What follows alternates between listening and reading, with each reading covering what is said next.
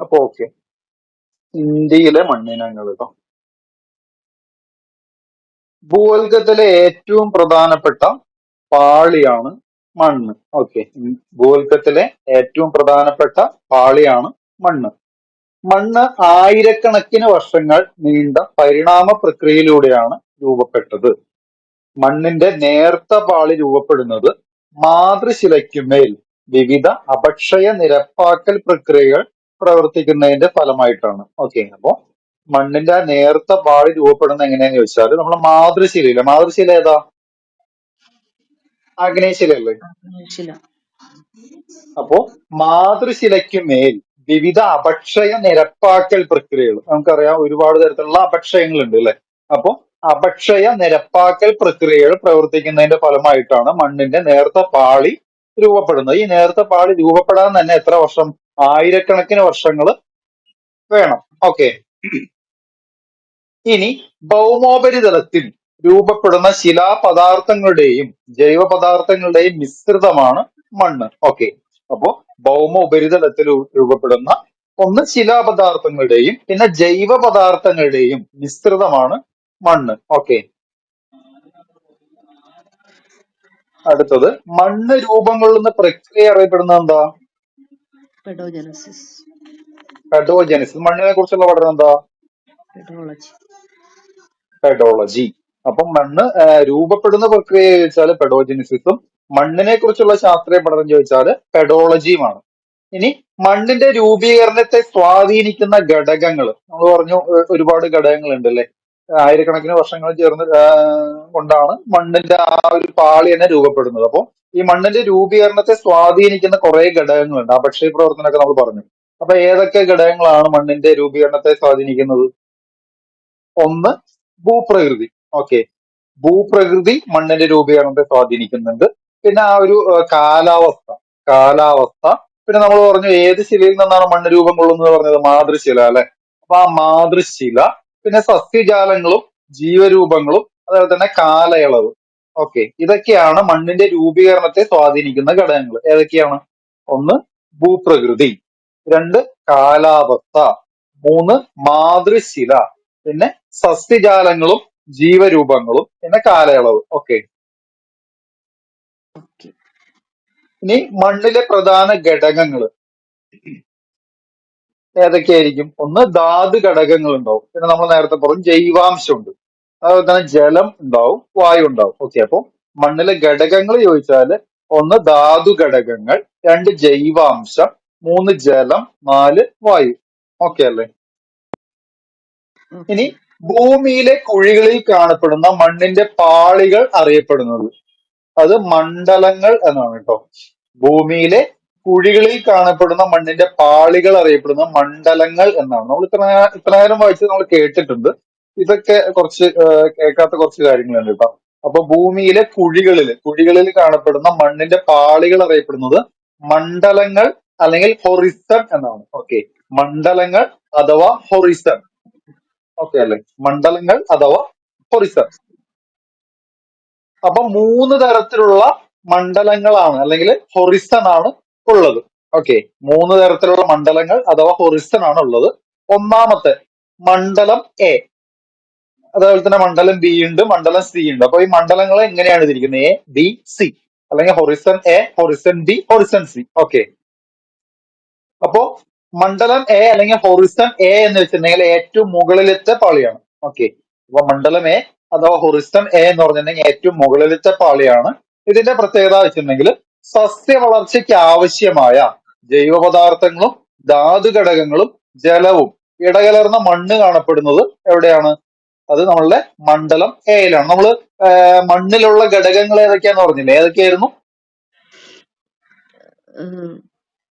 ജൈവ പദാർത്ഥങ്ങൾ പറഞ്ഞു, ധാതു ഘടകങ്ങൾ, ജലമുണ്ട്, പിന്നെ ഒന്നുകൂടെ ഉണ്ടല്ലോ, വായു ഉണ്ട്. ഓക്കെ, അപ്പൊ ഈ പറഞ്ഞ ആ 4 ഘടകങ്ങളിൽ ആദ്യത്തെ മൂന്ന് ഘടകങ്ങളും ഉള്ള മണ്ഡലം ഏതാന്ന് ചോദിച്ചതാണ്? അത് മണ്ഡലം എ ആണ്, അല്ലെങ്കിൽ ഹൊറിസൺ എ ആണ്. ഓക്കെ, അപ്പൊ സസ്യ വളർച്ചയ്ക്ക് ആവശ്യമായ ജൈവ പദാർത്ഥങ്ങളും ധാതു ഘടകങ്ങളും ജലവും ഇടകലർന്ന മണ്ണ് കാണപ്പെടുന്നത് ഹൊറിസൺ എ അല്ലെങ്കിൽ മണ്ഡലം എയിലാണ്. ഓക്കെ, മണ്ഡലം എ ഓക്കെ ഇല്ലേ? ആ ഇനി മണ്ഡലം എയുടെയും സിയുടെയും പരിവർത്തന മേഖല ആണ് ഏത് മണ്ഡലം ബി എന്ന് വെച്ചാല് എയിലെയും സിയിലെയും പദാർത്ഥങ്ങൾ കൊണ്ട് രൂപപ്പെട്ടിരിക്കുന്നു എന്നർത്ഥം. ജൈവ പദാർത്ഥങ്ങൾ ഉണ്ടെങ്കിലും ധാതു പദാർത്ഥങ്ങൾ അപക്ഷയത്തിന് വിധേയമായിരിക്കുന്നു. ഓക്കെ, അപ്പൊ ഈ രണ്ടാമത്തെ മണ്ഡലം ആകുമ്പോഴേക്കും ജൈവ പദാർത്ഥമൊക്കെ ഉണ്ട്, പക്ഷെ ധാതു പദാർത്ഥങ്ങൾ എന്താണ്, അപക്ഷയത്തിന് വിധേയമായിരിക്കുന്നു ഈ ഒരു ഘട്ടത്തിൽ. ഓക്കെ, ഉം. മനസ്സിലായോ? നമ്മളെ മണ്ണിന് നമ്മളെ ഭൂമിക്ക് നമ്മൾ പറഞ്ഞ 3 പാളി ഉണ്ടെന്ന് പറഞ്ഞില്ലേ, അതേപോലെ ഈ മണ്ണിനും 3 പാളിയാണ് പറയണത്. ഓക്കെ, ഈ നമ്മള് കുഴികളിലൊക്കെ കാണപ്പെടുന്ന മണ്ണിന് 3 പാളിയാണ്. ഓക്കെ, ആദ്യത്തെ മണ്ഡലം എ, പിന്നെ അതിന്റെ തൊട്ട് താഴെ മണ്ഡലം ബി, അതിന്റെ തൊട്ട് താഴെ മണ്ഡലം സി. അപ്പൊ മണ്ഡലം എയിൽ നമ്മൾ പറഞ്ഞു ജൈവ പദാർത്ഥങ്ങളുണ്ട്, ധാതു ഘടകങ്ങളുണ്ട്, ജലമുണ്ട്. ഓക്കെ, എന്നാൽ രണ്ടാമത്തെ ഘട്ടത്തിലേക്ക് വരുമ്പോൾ എന്താണ്, ജൈവ പദാർത്ഥം ഉണ്ട്, പക്ഷെ ഈ പറഞ്ഞിട്ടുള്ള ഏതാണ് നമ്മുടെ ധാതു പദാർത്ഥങ്ങൾ ഉണ്ടല്ലോ, ധാതു പദാർത്ഥങ്ങൾ അപക്ഷയത്തിന് വിധേയമായിട്ടുള്ള ഒരു ഘട്ടമാണ് ഏത്, മണ്ഡലം ഡി. ഓക്കെ, അപ്പൊ എയുടെയും സിയുടെയും ഇടയിലായിട്ടില്ലേ, മണ്ഡലം എയുടെയും സിയുടെയും പരിവർത്തന മേഖലയാണ് മണ്ഡലം ബി. എയിലെയും സിയിലെയും പദാർത്ഥങ്ങൾ കൊണ്ട് രൂപപ്പെട്ടിരിക്കുന്നതാണ് മണ്ഡലം ബി. ഓക്കെ, ഓക്കെ അത്. ഉം. ഇനി മണ്ഡലം സി എന്ന് വെച്ചാൽ മാതൃശില പൊടിഞ്ഞ് രൂപപ്പെട്ടിരിക്കുന്നതാണ് മണ്ഡലം സി. മണ്ണ് രൂപീകരണത്തിന്റെ പ്രാഥമിക ഘട്ടമാണിത്. ഓക്കെ, ഉം. മനസ്സിലായോ? ആ മണ്ണ് രൂപീകരണത്തിന്റെ പ്രാഥമിക ഘട്ടമാണ് മണ്ഡലം സി. എന്ന് ആ വെച്ചിട്ടുണ്ടെങ്കിൽ നമ്മളിങ്ങനെ മണ്ണിങ്ങനെ മേലേക്ക് അല്ലേ ഇങ്ങനെ അടിഞ്ഞു വരിക. അപ്പോ ഈ ഉം. നമ്മളുടെ മാതൃശില ഉണ്ടല്ലോ, ആ മാതൃശില പൊടിഞ്ഞിട്ട് ആദ്യം ഏറ്റവും എന്താ പറയാ ബേസിലുള്ള മണ്ണില്ലേ, അതാണ് ഈ മണ്ഡലം സി അല്ലെങ്കിൽ ഈ ഒരു ഇതുകൊണ്ട് ഉദ്ദേശിക്കുന്നത്. ഓക്കെ, ഉം. നമ്മളിപ്പോ പാറയൊക്കെ ഇങ്ങനെ പൊടിഞ്ഞ് അവിടെ വെക്കും. അതിന്റെ മേലെ ഇങ്ങനെ ജൈവപദാർത്ഥങ്ങൾ അടിഞ്ഞടിഞ്ഞാണ് മേലേക്ക് ഇങ്ങനെ കയറി വരും മണ്ണ്. ഓക്കെ, അപ്പൊ ആ അടിയിലുള്ള മണ്ണുണ്ടല്ലോ, അല്ലെങ്കിൽ ആ നമ്മളുടെ മാതൃശില പൊടിഞ്ഞ് രൂപപ്പെടുന്ന മണ്ണുണ്ടല്ലോ, അതാണ് മണ്ഡലം സി കൊണ്ട് ഉദ്ദേശിക്കുന്നത്. Okay, okay. അപ്പൊ ഇങ്ങനെയാണ് നമ്മള് മണ്ണിന്റെ അല്ലെങ്കിൽ ഈ കുഴികളിൽ കാണപ്പെടുന്ന മണ്ണിന്റെ പാളികളെ വേർതിരിക്കുന്നത്, അല്ലെങ്കിൽ എന്താ പറയാ ഡിവൈഡ് ചെയ്തിട്ടുള്ളത് എ ബി സി. ഓക്കെ ആണോ അത്? ഉം. റിപ്പീറ്റ് ചെയ്യണോ അത്? അപ്പൊ നമ്മുടെ മണ്ഡലം എ എന്ന് പറഞ്ഞാൽ ഏറ്റവും മുകളിലത്തെ പാളിയാണ്. ഓക്കെ, ഏറ്റവും മുകളിലത്തെ പാളിയാണ്. അപ്പൊ ഈ മുകളിലത്തെ പാളിയിൽ എന്തൊക്കെ കാണപ്പെടുന്നുണ്ട്? ജൈവ ജൈവ പദാർത്ഥങ്ങളുണ്ട്, പദാർത്ഥങ്ങളുണ്ട്, ധാതുഘടകം, ധാതു ഘടകങ്ങളുണ്ട്, ജലമുണ്ട്. ഓക്കെ, ജലം. അത് കഴിഞ്ഞിട്ടുണ്ടെങ്കിൽ രണ്ടാമത്തെ പാളിയാണ് ഇത് നമ്മുടെ മണ്ഡലം ഡി. ഓക്കെ, ഇതൊരു പരിവർത്തന മേഖലയാണ്. നമ്മള് പറഞ്ഞു സീല് പറഞ്ഞിട്ടുണ്ടെങ്കിൽ വേറെ എന്താ പൊടി അല്ലെ, നമ്മളെ മാതൃശിലയുടെ ആ പൊടി മാത്രമാണ് അവിടെ ഉണ്ടാവുക. അപ്പൊ അതിന്ന് നമ്മള് പരിവർത്തനപ്പെട്ടിട്ടാണ് ഏത് മണ്ഡലം ബി ഉണ്ടാവുക. ഓക്കെ, അപ്പൊ ഒരു പരിവർത്തന മേഖലയാണ് ഏത് മണ്ഡലം ബി. ഓക്കെ, ഇവിടെ എന്തൊക്കെയാണ് കാണപ്പെടുക? അവിടെ ജൈവ ജൈവ പദാർത്ഥം ഉണ്ട്, പദാർത്ഥങ്ങളുണ്ട്, എന്നാല് ഏതാണ് നമ്മളെ ധാതു ധാതുഘടകങ്ങളില്ല. പദാർത്ഥങ്ങൾക്ക് അപക്ഷയത്തിന് വിധേയമാവുന്നുണ്ട്. ഉം. ഓക്കെ, ഇനി സി എന്ന് പറയുമ്പോൾ എന്താണ്? പ്രാഥമിക ഘട്ടം, പ്രാഥമിക ഘട്ടമാണ്. എന്ന് വെച്ചിട്ടുണ്ടെങ്കിൽ മണ്ണ് രൂപീകരണത്തിന്റെ പ്രാഥമിക ഘട്ടം. അത് ഏത് ശില പൊടിഞ്ഞിട്ടാണ് നമ്മൾ ഈ പ്രാഥമിക ഘട്ടം എന്ന് പറഞ്ഞത്? മാതൃശില. മാതൃശില പൊടിഞ്ഞിട്ടാണ് മണ്ണുണ്ടാവുന്നത് നമ്മൾ ആദ്യം തന്നെ പറഞ്ഞു. അപ്പോ മാതൃശില പൊടിഞ്ഞ് രൂപപ്പെടുന്ന ഒരു ഘട്ടമാണ് മണ്ഡലം സി. ഓക്കെ അല്ലേ? ഇനി മണ്ണിന്റെ പരിച്ഛേദം അല്ലെങ്കിൽ സോയിൽ പ്രൊഫൈൽ.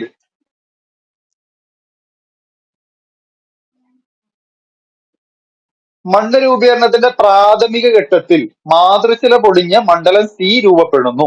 ക്രമേണ മണ്ഡലം എ ബി എന്നിവ രൂപപ്പെടുന്നു. ഓക്കെ, നമ്മൾ ഈ നേരത്തെ പറഞ്ഞ സാധനം ഒന്നുകൂടെ വിശദീകരിക്കണമെന്നേ ഉള്ളൂ.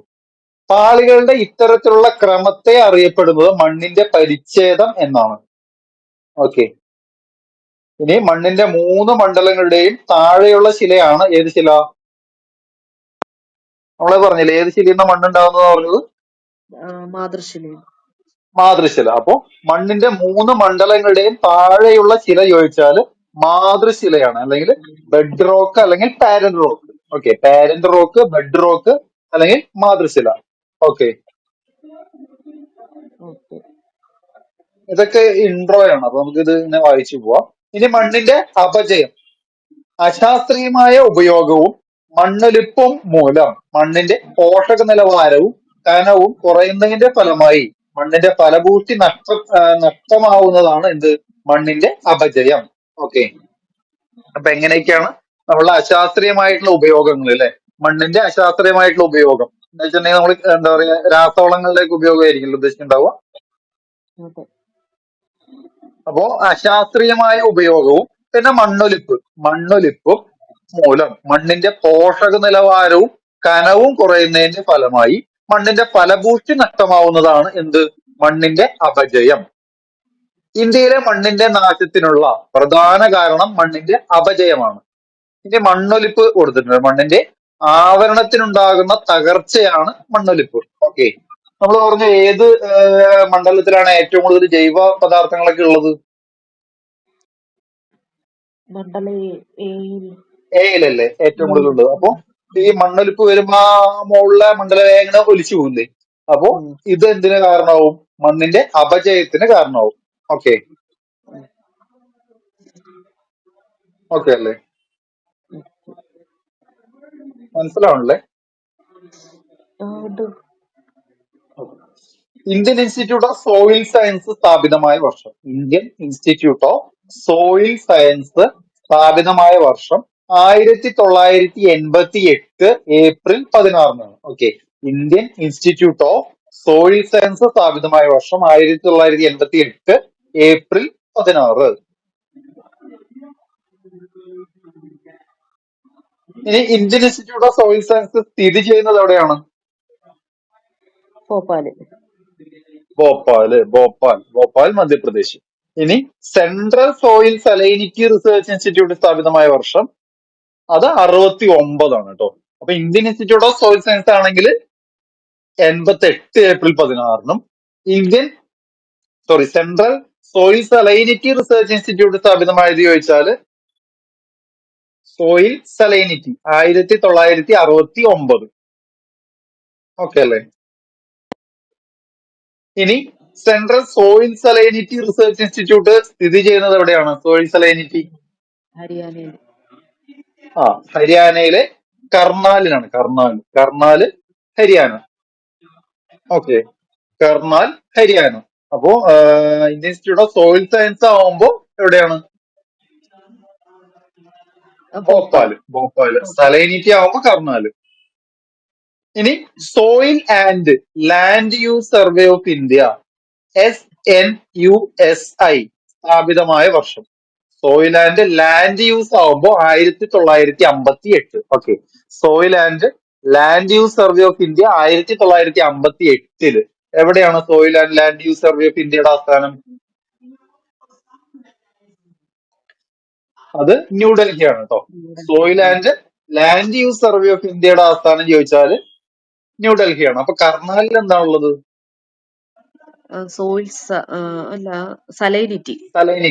സലൈനിറ്റി ഇൻസ്റ്റിറ്റ്യൂട്ട് ആണ് കർണാല്. വർഷം ഏതായിരുന്നു? 69. എന്നാല് Indian institute of soil science ആവുമ്പോഴോ? ഭോപ്പാല്. വർഷം ഏതായിരുന്നു? 88 ഏപ്രിൽ 16. 88 ഏപ്രിൽ 16. ഓക്കെ. അത് 88ഉം ലാൻഡ് യൂസ് ആവുമ്പോ 58ഉം. ഓക്കെ. 88ഉം 58ഉം. സലൈനിറ്റി 69. ഓക്കെ. ഇനി സ്വാതന്ത്ര്യത്തിന് ശേഷം നിരവധി ഏജൻസികൾ ഇന്ത്യയുടെ മണ്ണിനങ്ങളെ കുറിച്ച് ശാസ്ത്രീയമായ സർവേ നടത്തിയിട്ടുണ്ട്. ദാമോദർ താഴ്വര പോലെയുള്ള ഇന്ത്യയിലെ തെരഞ്ഞെടുക്കപ്പെട്ട പ്രദേശങ്ങളുടെ സമഗ്രമായ മണ്ണിന്റെ പഠനത്തിനായി മണ്ണ് സർവേ നടത്തിയ വർഷം ചോദിച്ചാൽ 1956. ഓക്കെ. ദാമോദർ അല്ലെ? നമ്മൾ ദാമോദർ വാലി പ്രൊജക്ട് വർഷം ഏതായിരുന്നു? 40-ലാണല്ലേ? അറിയില്ല. അപ്പോ ദാമോദർ താഴ്വര പോലെയുള്ള ഇന്ത്യയിലെ തെരഞ്ഞെടുക്കപ്പെട്ട പ്രദേശങ്ങളുടെ സമഗ്രമായ മണ്ണിന്റെ പഠനത്തിനായി മണ്ണ് സർവേ നടത്തിയ വർഷം ചോദിച്ചാൽ 1956. ഓക്കെ. ഇനി ഇന്ത്യൻ മണ്ണിനങ്ങളെ കുറിച്ച് നിരവധി പഠനങ്ങൾ നടത്തുന്ന സ്ഥാപനമാണ് ഏത്? ICAR. ഓക്കെ, ഇന്ത്യൻ മണ്ണിനങ്ങളെ കുറിച്ച് നിരവധി പഠനങ്ങൾ നടത്തുന്ന സ്ഥാപനമാണ് ICAR. ICARന്റെ ഫുൾ ഫോം എന്താ? കൗൺസിൽ ഓഫ് ആ അഗ്രികൾച്ചർ. മണ്ണിനങ്ങളെ കുറിച്ചാകുമ്പോൾ അഗ്രികൾച്ചറൽ റിസർച്ച്. അപ്പൊ ഇന്ത്യൻ കൗൺസിൽ ഓഫ് അഗ്രികൾച്ചർ റിസർച്ചിന്റെ കീഴിൽ national bureau of soil survey and land use planning ആണ് ഇന്ത്യയിൽ മണ്ണിനങ്ങളെ കുറിച്ച് നിരവധി പഠനങ്ങൾ നടത്തുന്ന സ്ഥാപനം. ഓക്കെ, അപ്പോ ICARന്റെ കീഴില് ICARന്റെ കീഴില് national bureau of soil survey and land use planning ആണ് ഇവിടെ ഇന്ത്യയിൽ മണ്ണിനങ്ങളെ കുറിച്ച് പഠനങ്ങൾ നടത്തുന്ന സ്ഥാപനം. ഓക്കെ, ഇനി പുരാതന കാലത്ത് മണ്ണിനെ രണ്ട് പ്രധാന വിഭാഗങ്ങളായി തിരിച്ചിരുന്നു. ഓക്കെ, അപ്പൊ നമ്മുടെ പുരാതന കാലത്ത് മണ്ണിനെ രണ്ട് വിഭാഗങ്ങളായിട്ടാണ് തിരിച്ചിട്ടുണ്ടായിരുന്നത്. ഒന്ന് ഉർവര എന്നും രണ്ട് ഊഷര എന്നും. ഓക്കെ, ഉർവര എന്ന് വെച്ചാല് ഫെർട്ടൈൽ ആയിട്ടുള്ളത്. ഫെർട്ടൈൽ ആയിട്ടുള്ളത് പറഞ്ഞാൽ എന്താ? നല്ല ഫലപുഷ്ടിയുള്ള. അതെ, ഫലഭൂഷ്ടമായ മണ്ണാണ് ഫെർട്ടൈല്. അതിനെ പറയുന്നതാണ് ഉർവര. ഫെർട്ടൈല് ഉർവര. എന്നാല് അരിഡ് എന്ന് വെച്ചാൽ എന്താ? അരിഡ് എന്ന് വെച്ചാല് വളക്കൂറില്ലാത്ത മണ്ണ്. ഓക്കെ, അരിഡ് സോയിലൊക്കെ കിട്ടില്ല, അരിഡ്. അപ്പൊ വളക്കൂറില്ലാത്ത മണ്ണാണ് അരിഡ്. അതിനെ പറയുന്നതാണ് ഊഷര. ഓക്കെ, ഊഷര. അപ്പൊ അരിഡ് പറഞ്ഞ ഊഷരയും ഫെർട്ടൈല് പറഞ്ഞാല് ഉർവര. ഓക്കെ, അപ്പൊ നമ്മുടെ പുരാതന കാലത്ത് മണ്ണിനെ രണ്ട് പ്രധാന വിഭാഗങ്ങളായിട്ട് തിരിച്ചിട്ടുണ്ടായിരുന്നു. അതിന്റെ പേരാണ് ഉർവരയും ഉഷരയും. ഉർവരയും ഊഷരയും. ആരില്ലേ? ഉണ്ട്, എല്ലാരും ഉണ്ട്. ഓക്കെ, അപ്പൊ ഉർവര ഊഷര.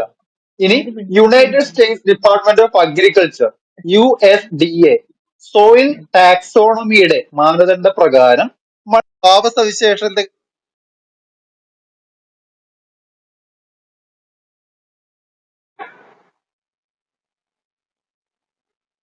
കേൾക്കുന്നുണ്ടോ? എല്ലാം ഇടയ്ക്ക് പോയി. ആ ഇപ്പൊ കേൾക്കാം. അപ്പോ United States department of agriculture USDA soil ടാക്സോണമിയുടെ മാനദണ്ഡ പ്രകാരം മണ്ണിനങ്ങളുടെ സ്വഭാവ സവിശേഷതകളുടെ അടിസ്ഥാനത്തിൽ ICAR ഇന്ത്യൻ മണ്ണിനങ്ങളെ വർഗീകരിച്ചിരിക്കുന്നത് കുറച്ച് ടൈപ്പായിട്ട് കൊടുത്തിട്ടുണ്ട്. 1 2 3 4 6 7 8 ടൈപ്പായിട്ട് കൊടുത്തിട്ടുണ്ട് കേട്ടോ. അപ്പോ USDAയുടെ എന്ന് വെച്ചാൽ ഈ United States department of agriculture soil ടാക്സോണമിയുടെ മാനദണ്ഡ പ്രകാരം മണ്ണിനങ്ങളുടെ സ്വഭാവ സവിശേഷതകളുടെ അടിസ്ഥാനത്തിൽ ICAR ഏതാണ്? Indian council of agriculture research ഇന്ത്യൻ മണ്ണിനങ്ങളെ വർഗീകരിച്ചിരിക്കുന്നത് 8 ടൈപ്പായിട്ടാണ്. അത് വായിക്കട്ടെ.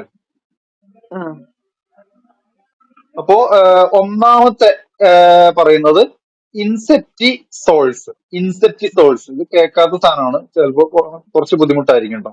അപ്പോ ഇൻസെപ്റ്റിസോൾസിന്റെ വിസ്തീർണം പറയണത് 1,30,372 എന്ന് വെച്ചാൽ ശതമാന അടിസ്ഥാനത്തിൽ 39.74, ഏകദേശം 40% ഈ ഇൻസെപ്റ്റിസോൾസ് ആണ്. ഓക്കെ, ഇൻസെപ്റ്റിസോൾസ് ജസ്റ്റ് അറിഞ്ഞിരുന്നാ മതി. അത് ഇങ്ങനെ ചോദിക്കുമെന്നറിയില്ല. അപ്പോ ICAR നമ്മളെ ഇന്ത്യൻ മണ്ണിനകളെ പണ്ട് പുരാതന കാലത്ത് നമ്മൾ എത്രയായിട്ട് തിരിച്ചിട്ടുണ്ടായിരുന്നത്? രണ്ടായിട്ട്, ഉർവരയും ഊഷരയും. എന്നാല് നിലവില് ഇപ്പൊ പ്രസന്റ് ആയിട്ട് ICAR നമ്മുടെ മണ്ണിനങ്ങളെ 8 ആയിട്ട് തിരിച്ചിട്ടുണ്ട്. അത് USDAയുടെ ഇത് പ്രകാരം. ഓക്കെ, അപ്പോ അതില് ഒന്നാമത്തെ പറയുന്നത് ഇൻസെപ്റ്റിസോൾസ് എന്ന് വെച്ചാല് അത് ഏകദേശം 40%, 39.74% എന്ന് വെച്ചാൽ 1,30,372.90 ഹെക്ടർ ആണ്. ഓക്കെ, ഇനി രണ്ടാമത്തെ പറയണത് എൻഡിസോൾസ്.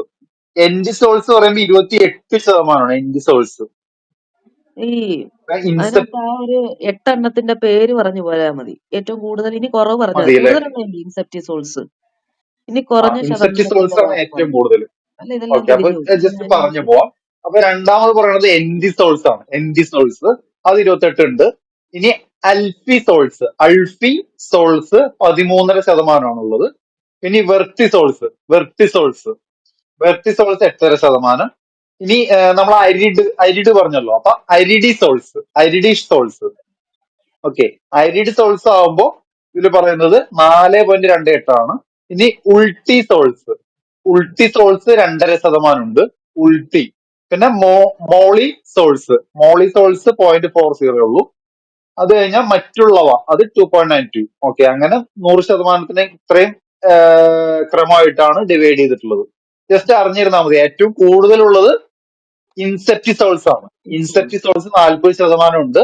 മോളിസോൾസ് ആണെങ്കിൽ 0.40 ആണ്. പിന്നെ മറ്റുള്ളവ 2.92 കൊടുത്തിട്ടുണ്ട്. ഓക്കെ, അപ്പൊ ഏറ്റവും കൂടുതൽ ഇൻസെപ്റ്റിസോൾസും ഏറ്റവും കുറവ് മോളിസോൾസ്. ഓക്കെ അല്ലേ? ഇൻസെപ്റ്റിസോൾസ്, മോളിസോൾസും.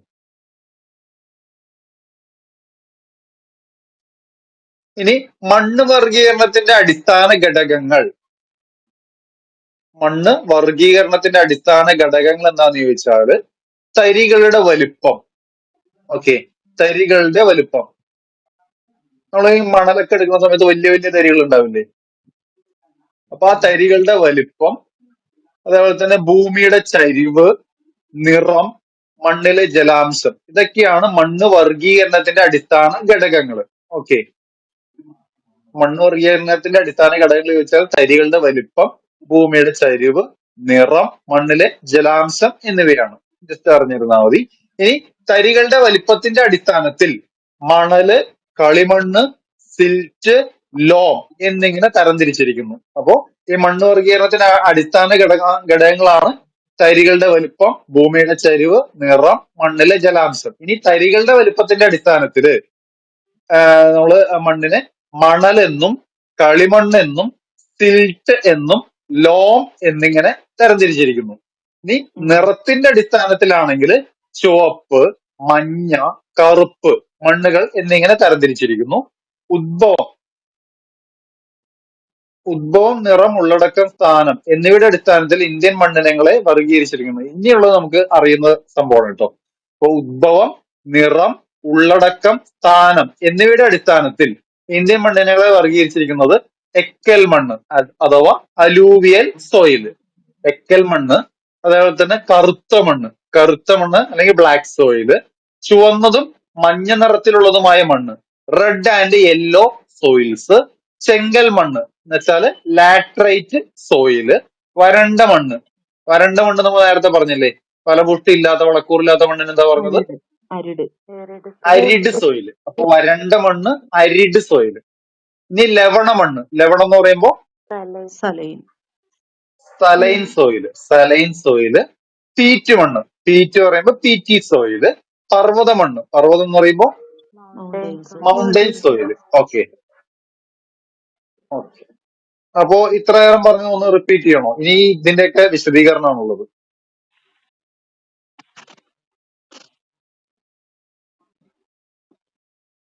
ജസ്റ്റ് ഒന്ന് പറയാം. ഓക്കെ ആണോ?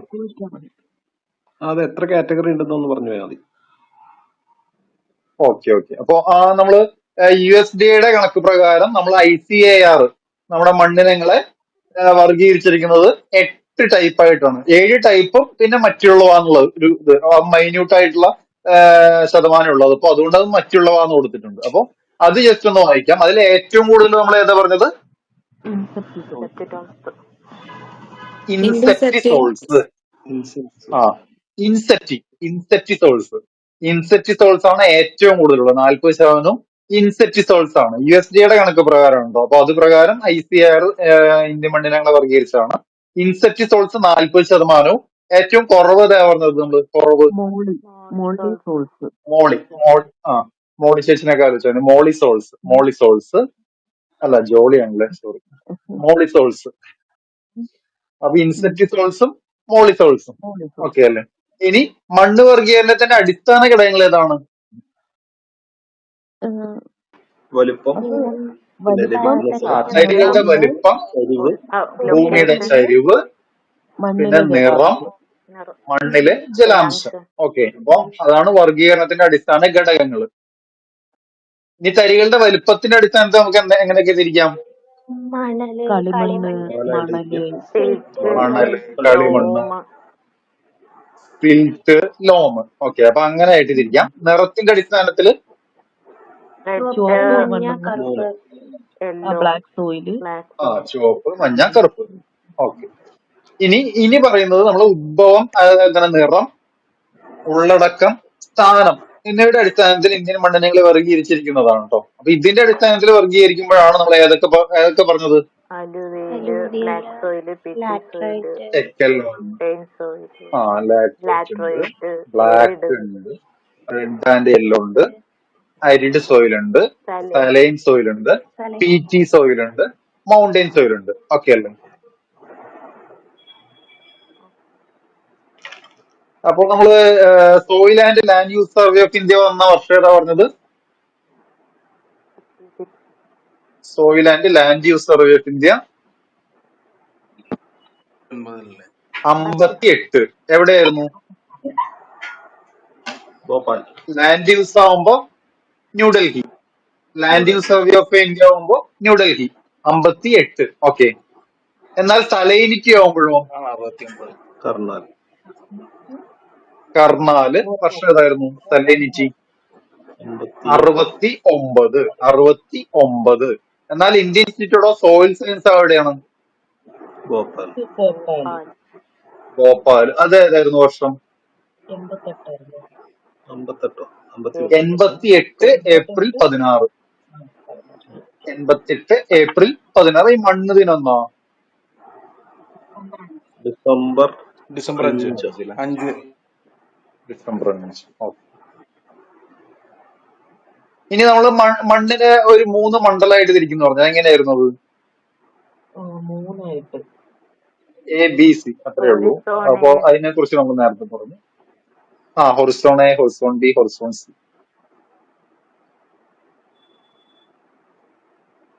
ഓക്കെ, അപ്പോ നമുക്ക് ഇതിനെ കുറിച്ച് വിശദീകരിക്കാം. എക്കൽ മണ്ണ്. ഓക്കെ, അപ്പോ ഉത്തരേന്ത്യൻ സമതലങ്ങളിൽ പ്രധാനമായും കാണപ്പെടുന്ന മണ്ണിനമാണ് എക്കൽ മണ്ണ്. ഓക്കെ, അതുപോലെ തന്നെ ഇന്ത്യയില് ഏറ്റവും കൂടുതൽ കാണപ്പെടുന്ന മണ്ണിനം കൂടിയാണ് എക്കൽ മണ്ണ്. ഈ എക്കൽ മണ്ണ് കാണപ്പെടുന്ന പ്രദേശം ഏതാ?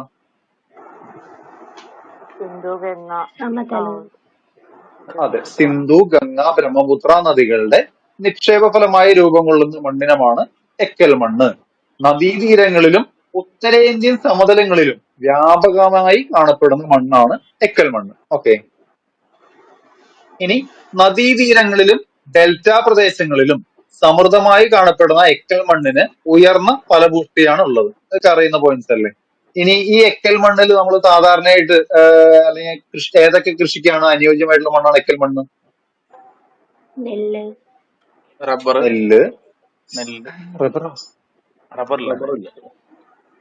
റബ്ബർ ലാറ്ററൈറ്റ് ആണോ? ഇത് സിന്ധു, ഗംഗ, ബ്രഹ്മപുത്ര ആ ഭാഗങ്ങളിലെ ഏതൊക്കെ കൃഷിയാണ്? നെല്ല്, ഗോതമ്പ്, കരിമ്പ്, ധാന്യവിളകൾ. നെല്ല്, ഗോതമ്പ്, കരിമ്പ്, ധാന്യവിളകൾ. നമ്മൾ ആ ഒരു പ്രദേശം ആലോചിച്ചാൽ മതി. ഓക്കെ, അപ്പൊ ഇതിനൊക്കെ അനുയോജ്യമായിട്ടുള്ള മണ്ണാണ് എക്കൽ മണ്ണ്. ഓക്കെ, ഇനി രാജ്യത്തിന്റെ മൊത്തം വിസ്തൃതിയുടെ എത്ര ശതമാനത്തോളം ഉണ്ട് എക്കൽ മണ്ണ് എന്ന് പറയൂ? 40%. അതെ, 40% ഉണ്ട്. നമ്മള് ഏത് സാധനമായിരുന്നു വേറെ 40% പറഞ്ഞത് നേരത്തെ?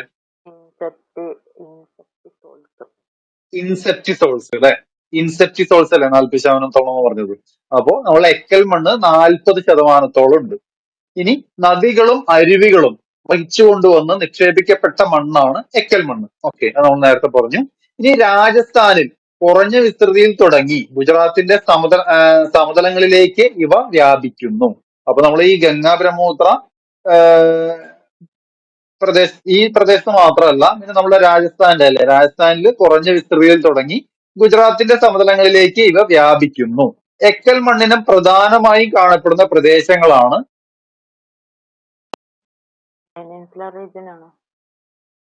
ഉപദ്വീപീയ മേഖലയിൽ കിഴക്കൻ തീരത്തും നദീ താഴ്വാരങ്ങളിലും. ഓക്കെ, ഉപദ്വീപീയ മേഖലയിൽ കിഴക്കൻ തീരത്തും നദീ താഴ്വാരങ്ങളിലും. ഓക്കെ, അപ്പോ ഉപദ്വീപീയ മേഖലയിൽ കിഴക്ക് ഭാഗത്തുണ്ട്, പടിഞ്ഞാറ് ഭാഗത്തില്ലല്ലോ. അപ്പൊ കിഴക്കൻ തീരത്തും അതുപോലെ തന്നെ നദീ താഴ്വാരങ്ങളിലും. ഇനി മണൽ മണ്ണ് മുതൽ കളിമണ്ണ് വരെയുള്ള മണ്ണിനങ്ങളുടെ വ്യത്യസ്ത സ്വഭാവങ്ങൾ പുലർത്തുന്നവയാണ് എക്കൽ മണ്ണ്. മനസ്സിലാവുന്നില്ലത്? ഉം. ഓക്കേ. അപ്പോ എക്കൽ മണ്ണിൽ ധാരാളം അടങ്ങിയിട്ടുള്ള ധാതു ഏതാണ്? എക്കൽ മണ്ണിൽ ഏറ്റവും കൂടുതൽ അടങ്ങിയിട്ടുള്ള ഫോസ്ഫറസ് കുറവ്, പൊട്ടാഷ് കൂടുതൽ, പൊട്ടാഷ് കുറവാകുമ്പോ ഫോസ്ഫറസ് ആണ്. കുറവ് ഫോസ്ഫറസും കൂടുതൽ പൊട്ടാഷ്യം. ഓക്കെ, അപ്പൊ പൊട്ടാഷ് കൂടുതലും ഫോസ്ഫറസ് കുറവായിരിക്കും. ഇനി ഉപരിഘട്ടത്തിലും മധ്യഘട്ടത്തിലുമായി ഗംഗാ സമതലത്തിൽ രൂപം കൊണ്ട വ്യത്യസ്തങ്ങളായ എക്കൽ മണ്ണിനങ്ങളാണ് ഏതൊക്കെ? ഖാദറും ബംഗറും. അതെ, ഖാദറും ബംഗറും. ഓരോ വർഷവും വെള്ളപ്പൊക്ക ഫലമായി നിക്ഷേപിക്കപ്പെടുന്ന പുതിയ ഇനം എക്കൽ മണ്ണാണ് അതെ പുതിയ ഖാദർ. ഖാദർ. കാൽസ്യം സംയുക്തങ്ങൾ അടങ്ങിയ മണ്ണിനങ്ങളാണ് ഖാദറും ബംഗറും. ഈ കാൽസ്യം സംയുക്തങ്ങളെ പറയുന്നത് കങ്കാർസ് എന്നാണ് അല്ലെ, കങ്കാർസ്. അപ്പോ കാൽസ്യം സംയുക്തങ്ങൾ അടങ്ങിയ മണ്ണിനങ്ങളാണ് ഖാദറും ബംഗറും. ബ്രഹ്മപുത്ര ഗംഗാ സമതലങ്ങളുടെ കീഴ്ഘട്ടത്തിലും മധ്യഘട്ടത്തിലും എക്കൽ മണ്ണ് കൂടുതൽ നേർത്തതും കളിമണ്ണ് കലർന്നതുമായിരിക്കും. ഓക്കെ, അപ്പൊ ബ്രഹ്മപുത്ര അതുപോലെ തന്നെ ഗംഗാ സമതലങ്ങളുടെ കീഴ്ഘട്ടത്തിലും മധ്യഘട്ടത്തിലും എക്കൽ മണ്ണ് കൂടുതൽ നേർത്തതും കളിമണ്ണ് കലർന്നതുമായിരിക്കും. പടിഞ്ഞാറ് നിന്നും കിഴക്കോട്ട് പോകുന്തോറും എക്കൽ മണ്ണിൽ അടങ്ങിയിട്ടുള്ള മണലിന്റെ അംശം കുറഞ്ഞു വരുന്നു. ഓക്കെ, അപ്പൊ പടിഞ്ഞാറ് നിന്ന് കിഴക്കോട്ട് പോകുന്തോറും എക്കൽ മണ്ണില് അടങ്ങിയിട്ടുള്ള മണലിന്റെ അംശം കുറഞ്ഞു വരുന്നു. എക്കൽ മണ്ണിന്റെ നിറം ഏതാ? ലൈറ്റ് ഗ്രേയിൽ നിന്ന് ആഷ് ഗ്രേയിലേക്ക്. ഇളം ചാരനിറം മുതല് കടും ചാരനിറം വരെയാണ്. ഓക്കെ, ഇളം ചാരനിറം മുതല് കടും ചാരനിറം വരെയാണ് നമ്മൾ എക്കൽ മണ്ണിന്റെ നിറം. ഈ എക്കൽ മണ്ണിന്റെ നിറം രൂപപ്പെടുന്നതുമായി ബന്ധപ്പെട്ട അടിസ്ഥാന ഘടകങ്ങൾ ഏതാന്ന് ചോദിച്ചാല്, ഒന്ന് നിക്ഷേപത്തിന്റെ കനം, തരികളുടെ വലിപ്പം, പക്വമാകാനെടുക്കുന്ന സമയം. ഇതൊക്കെയാണ് മണ്ണിന്റെ നിറം രൂപപ്പെടുന്നതിനുമായിട്ട് ബന്ധപ്പെട്ട അടിസ്ഥാന ഘടകങ്ങൾ. ഓക്കെ, അപ്പൊ എന്തൊക്കെയാണ്? ഒന്ന് നിക്ഷേപത്തിന്റെ കനം, അതുപോലെ തരികളുടെ വലിപ്പം, പിന്നെ പക്വമാകാനെടുക്കുന്ന സമയം. ഇതിനടിസ്ഥാനമാക്കിയിട്ടാണ് എന്ത് മണ്ണിന്റെ നിറം രൂപപ്പെടുന്നത്. ഓക്കെ, ഇനി കൃഷിക്ക് വ്യാപകമായി ഉപയോഗപ്പെടുത്തുന്ന മണ്ണാണ് എക്കൽ മണ്ണ്. പൊട്ടാഷിന്റെയും ചുണ്ണാമ്പിന്റെയും ഫോസ്ഫോറിക് ആസിഡിന്റെയും അളവ് വളരെ കൂടുതലുള്ള മണ്ണാണ് എക്കൽ മണ്ണ്. എക്കൽ മണ്ണിൽ നൈട്രജൻ അളവ് വളരെ കുറവാണെങ്കിലും വളക്കൂറുള്ള മണ്ണാണ്. ഓക്കെ, അപ്പൊ ഏതാണ് കുറവുള്ളത്? നൈട്രജന്റെ അളവ് വളരെ കുറവാണ് അല്ലെ. അതായത് നമ്മൾ നേരത്തെ പറഞ്ഞ ഫോസ്ഫറസ് അല്ലേ പറഞ്ഞു. അതുപോലെ തന്നെ നൈട്രജന്റെ അളവും കുറവാണ്. ഫോസ്ഫറസും കൂടുതൽ പൊട്ടാഷ്യം, നൈട്രജന്റെ അളവും കുറവല്ലേ. എക്കൽ മണ്ണിൽ നൈട്രജൻ അളവ് വളരെ കുറവാണെങ്കിലും വളക്കൂറുള്ള മണ്ണാണ്. നദികൾ ഒഴുക്കിക്കൊണ്ടുവരുന്ന മട്ട അടിഞ്ഞു രൂപപ്പെടുന്ന മണ്ണാണ്. അതുപോലെ തന്നെ ജൈവാംശങ്ങളും തരിമണലും കളിമണ്ണും ചേർന്നതാണ് എക്കൽ മണ്ണ്. അപ്പൊ ഇത്രയാണ് എക്കൽ മണ്ണിനെ കുറിച്ച് പറയുന്നത് കേട്ടോ. അപ്പൊ ഏതൊക്കെ നദികളുടെ നിക്ഷേപ ഫലമായിട്ടാണ് നമ്മുടെ എക്കൽ മണ്ണ് രൂപം കൊള്ളുന്നത്? പ്രധാനമായിട്ട് സിന്ധു, ഗംഗ, ബ്രഹ്മപുത്ര. ഇത് കൂടാതെ ഏതൊക്കെ ഭാഗങ്ങളിലാണ് നമ്മുടെ എക്കൽ മണ്ണ് കാണപ്പെടുന്നത്? ഉപദ്വീപിന്റെ കിഴക്കുവശവും നദീതാഴ്വര. ഉപദ്വീപിന്റെ കിഴക്കൻ മേഖലയിൽ കാണപ്പെടുന്നുണ്ട്. അതായത് നദീ താഴ്വാരങ്ങളിൽ. പിന്നെ നമ്മൾ മെയിൻ ആയിട്ട് പറഞ്ഞത് ഉത്തരേന്ത്യൻ സമുദ്രങ്ങളിൽ. ഓക്കെ, ഉത്തരേന്ത്യൻ സമതലങ്ങൾ, രാജസ്ഥാൻ ഗുജറാത്തിന്റെ ആ ഭാഗത്തുണ്ടല്ലോ. നദീതീരങ്ങളുടെ പറഞ്ഞില്ലേ നമ്മള്.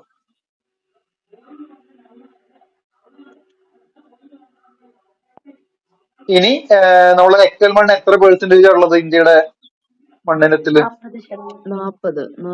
40%. ഇനി നമ്മള് ഇതിന്റെ രണ്ട് വകഭേദങ്ങൾ ഏതൊക്കെയാ പറഞ്ഞത്?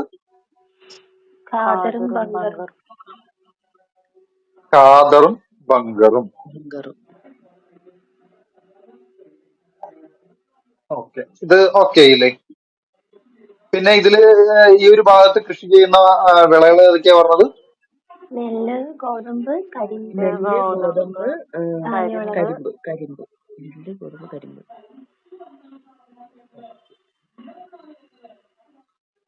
ഇനി അടുത്തത് വായിക്കട്ടെ, കറുത്തമണ്ണ് വായിക്കട്ടെ. ഉം. കറുത്തമണ്ണ് എങ്ങനെ രൂപം കൊള്ളുന്നത് അറിയോ? മറ്റേ പാറയൊക്കെ ലാവ പൊടിഞ്ഞു. Volcanic eruption. ലാവ. അഗ്നിപർവ്വത അവശിഷ്ടങ്ങളുടെയും ലാവയുടെയും പ്രഭാവത്തിലാണ് കറുത്ത മണ്ണ് ഉണ്ടാകുന്നത്. ഓക്കെ, അപ്പൊ അഗ്നിപർവ്വത അവശിഷ്ടങ്ങളുടെയും ലാവയുടെയും പ്രഭാവത്തിലാണ് കറുത്ത മണ്ണ് ഉണ്ടാകുന്നത്. കറുത്ത മണ്ണ് കാണപ്പെടുന്ന പ്രദേശങ്ങൾ എവിടെയായിരിക്കും? അപ്പോ അഗ്നിപർവ്വത എന്നൊക്കെ പറഞ്ഞില്ലേ, അപ്പൊ എവിടെയായിരിക്കും? ഡെക്കാൻ ഡെക്കാൻ, ഡെക്കാൻ പീഠഭൂമി, മാൽവ, ആ ഒരു പിന്നെ ഏരിയ. വിന്ധ്യ സത്പുര നിരകള്, മാൾവ പീഠഭൂമി. അപ്പൊ 2 പീഠഭൂമി, ഡെക്കാൻ പീഠഭൂമിയും മാൾവ പീഠഭൂമിയും. പിന്നെ നമ്മുടെ വിന്ധ്യ സത്പുര അല്ലെ, വിന്ധ്യ സത്പുര നിരകള്, പിന്നെ കച്ച്, കത്തിയവാർ കച്ച് പ്രദേശങ്ങള്. ഓക്കെ, അപ്പൊ ഇത്രയും പ്രദേശങ്ങളിലാണ് പ്രധാനമായിട്ട് ഏത് നമ്മുടെ കറുത്ത മണ്ണ് കാണപ്പെടുന്നത്. ഓക്കെ, ഏതൊക്കെ പ്രദേശമാണ്? ഡെക്കാൻ പീഠഭൂമി, മാൾവ പീഠഭൂമി, ഡെക്കാൻ പീഠഭൂമി, മാൽവ, വിന്ധ്യ കത്തിയാവാർ കച്ച്, പിന്നെ പിന്നെ വിന്ധ്യാസ. വിന്ധ്യ സത്പുര. ഓക്കെ, മാൾവ പീഠഭൂമി പറയുമ്പോ ഏത് ഭാഗം വരും? മാൾവ എവിടെ? ഈ നർമ്മദയുടെ ഭാഗം തന്നെയല്ലേ മാൾവ? ആ മഹാരാഷ്ട്ര. വിന്ധ്യ സത്പുര അവിടെ തന്നെയല്ലേ? ആ ഒരു ഏരിയ. അല്ലേ? വിന്ധ്യ സത്പുര മലനിരകള്. മഹാരാഷ്ട്ര ഒക്കെ വരുമ്പോ വിന്ധ്യയുടെ മുകളില് മാൽവ പ്ലേറ്റ് വരും. ഇന്ത്യയുടെ താഴെ സത്പുര. വിന്ധ്യയുടെ മുകളിലും. വിന്ധ്യയുടെ വിന്ധ്യ സത്പുര. ഓക്കെ, വിന്ധ്യയുടെ മാൾവ പ്ലേറ്റ് വരുന്നത്. മുകളില് വരിക.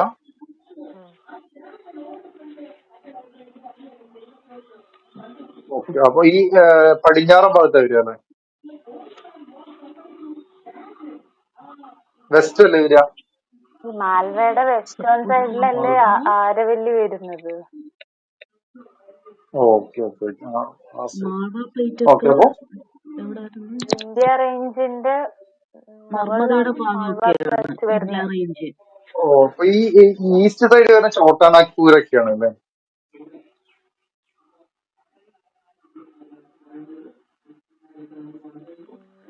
ഛോട്ടാ നാഗ്പൂർ വരുന്നത്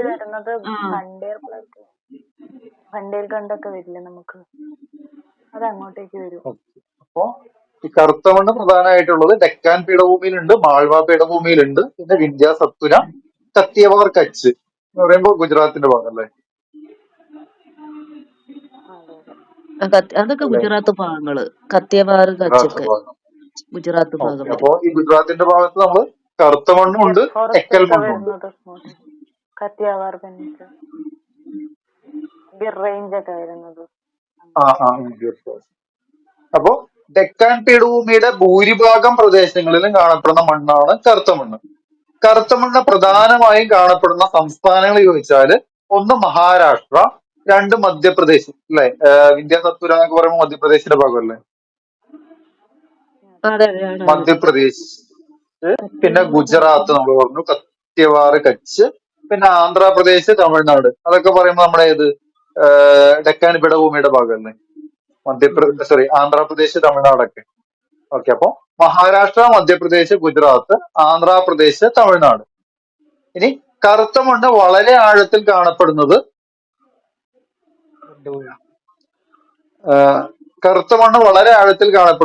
കൃഷ്ണ, ഗോദാവരി നദികളുടെ ഉയർന്ന ഭാഗങ്ങള്, അതുതന്നെ ഡെക്കാൻ പീഠഭൂമിയുടെ വടക്ക് പടിഞ്ഞാറൻ ഭാഗങ്ങള്. ഓക്കെ, അപ്പൊ കറുത്ത മണ്ണ് വളരെ ആഴത്തിൽ കാണപ്പെടുന്ന പ്രദേശങ്ങൾ ചോദിച്ചാൽ ഏതൊക്കെയാണ്?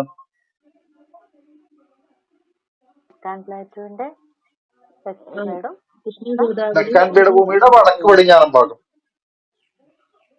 അതുപോലെ തന്നെ കൃഷ്ണ, ഗോദാവരി നദികളുടെ ഉയർന്ന ഭാഗങ്ങൾ. ഓക്കെ, ഇനി നമ്മളെ കറുത്ത മണ്ണിന് അറിയപ്പെടുന്ന വേറൊരു പേരെന്താ?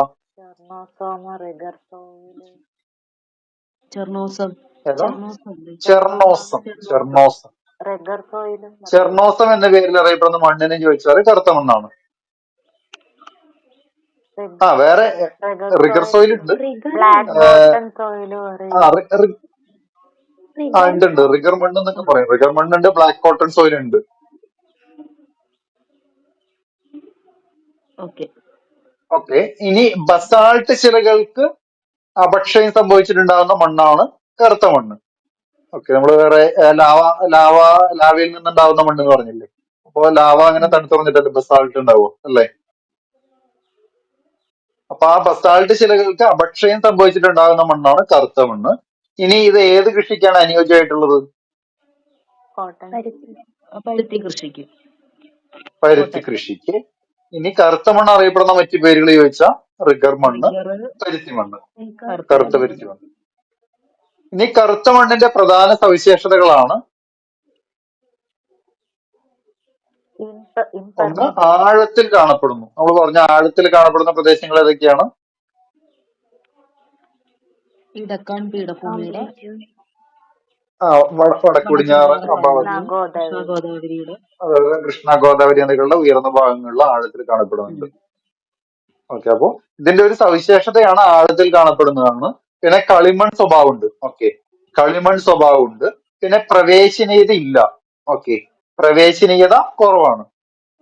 വെച്ചിട്ടുണ്ടെങ്കിൽ വെള്ളം ആഴ്ന്നു പോകാനുള്ള അതായിരിക്കും അല്ലെ പ്രവേശനീയത ഉദ്ദേശിക്കുന്നത്? അല്ല, വായു കടക്കാതെ, വായുവും ജലവും കടക്കാത്ത ഏരിയയാണ് ഇംപെർമേബിൾ. അതന്നെ അങ്ങനെ ഒരു മണ്ണാണ്. അങ്ങനെയാ? ആ, വായുവും ജലവും കടന്നു പോവില്ല. അപ്പൊ പ്രവേശനീയത ഇല്ലാത്തതാണ്, ആഴത്തിൽ കാണപ്പെടുന്നതാണ്, കളിമൺ സ്വഭാവത്തിലുള്ളതാണ്. ഓക്കെ. അപ്പൊ ഇതൊക്കെയാണ് കറുത്ത മണ്ണിന്റെ പ്രധാന സവിശേഷതകൾ. ഓക്കെ അല്ലേ? ഇനി നനയുമ്പോൾ കുതിർന്ന് വീർക്കുകയും വരണ്ടതാകുമ്പോൾ ചുരുങ്ങിപ്പോവുകയും ചെയ്യുന്നത് കൊണ്ട് വരൾച്ചാക്കാലത്ത് മണ്ണിൽ വ്യാപകമായി ഉണ്ടാകുന്ന വിള്ളലുകൾ അറിയപ്പെടുന്നത് സ്വയം ഉഴുതുമറിക്കൽ പ്രക്രിയ എന്നാണ്. ഓക്കെ. അപ്പൊ നനയുമ്പോ എന്താണ്? കുതിർന്ന് വീർക്കുകയും വരണ്ടതാകുമ്പോ എന്താവും? ചുരുങ്ങിപ്പോവുകയും ചെയ്യുന്നത് കൊണ്ട് വരൾച്ചാകാലത്ത് മണ്ണിൽ വ്യാപകമായി ഉണ്ടാകുന്ന വിള്ളലുകൾ അറിയപ്പെടുന്നത് എന്താണ്?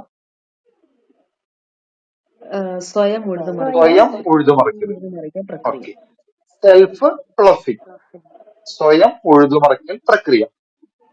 കറുത്ത മണ്ണിന് ഏറെക്കാലം ഈർപ്പം നിലനിർത്താനുള്ള ശേഷിയുള്ളതിന് കാരണം എന്താന്ന് ചോദിച്ചാല് കുറഞ്ഞ തോതിലുള്ള ജല ആഗിരണ ശേഷിയും ജലനഷ്ടവുമാണ്. ഓക്കെ. നേരത്തെ പറഞ്ഞില്ലേ, കുറഞ്ഞ തോതിലുള്ള ജല ആഗിരണ ശേഷിയും ജലനഷ്ടവും അതാണ് കറുത്ത മണ്ണിന് ഏറെക്കാലം ഈർപ്പം നിലനിർത്താനുള്ള ശേഷിയുള്ളതിന് കാരണം. ഇനി ഈ പ്രത്യേകത കൊണ്ട് തന്നെ മഴയെ ആശ്രയിച്ചുകൊണ്ടുള്ള കാർഷിക വിളകൾ വരൾച്ചാക്കാലത്തും അതിജീവിക്കുന്നു. എന്ന് വെച്ചിട്ടുണ്ടെങ്കിൽ ജലനഷ്ടം വളരെ കുറവല്ലേ, അതുകൊണ്ട് എന്താണ് വരൾച്ചാക്കാലത്തും ഈ വിളകൾക്ക് നാശമില്ലാതെ അല്ലെ മോയ്സ്ചർ കണ്ടന്റ് അവിടെ തന്നെ അതിജീവിക്കാൻ ഉണ്ടാവുമല്ലോ. കഴിയും. ഈ അബ്സോർപ്ഷൻ വളരെ പയ്യെ നടക്കുന്നുണ്ട്. മോയ്സ്ചർ കണ്ടന്റ് അങ്ങനെ തന്നെ ഉണ്ടാവും. അപ്പൊ പിന്നെ അത് കൃഷിക്കും അങ്ങനെ തന്നെ ആ മോയ്സ്ചർ കണ്ടന്റ് കുറെ നാൾ നിൽക്കുമ്പോഴത്തേക്ക് സ്വാഭാവികമായിട്ടും ഡ്രൈ സീസണിലും അതിന് സസ്റ്റെയിൻ ചെയ്യാൻ പറ്റുള്ളൂ. ഈ കറുത്ത മണ്ണിൽ ധാരാളമായി അടങ്ങിയിരിക്കുന്ന ധാതുക്കളാണ് ലൈം, ചുണ്ണാമ്പുണ്ട്, അയൺ, അലൂമിൻ,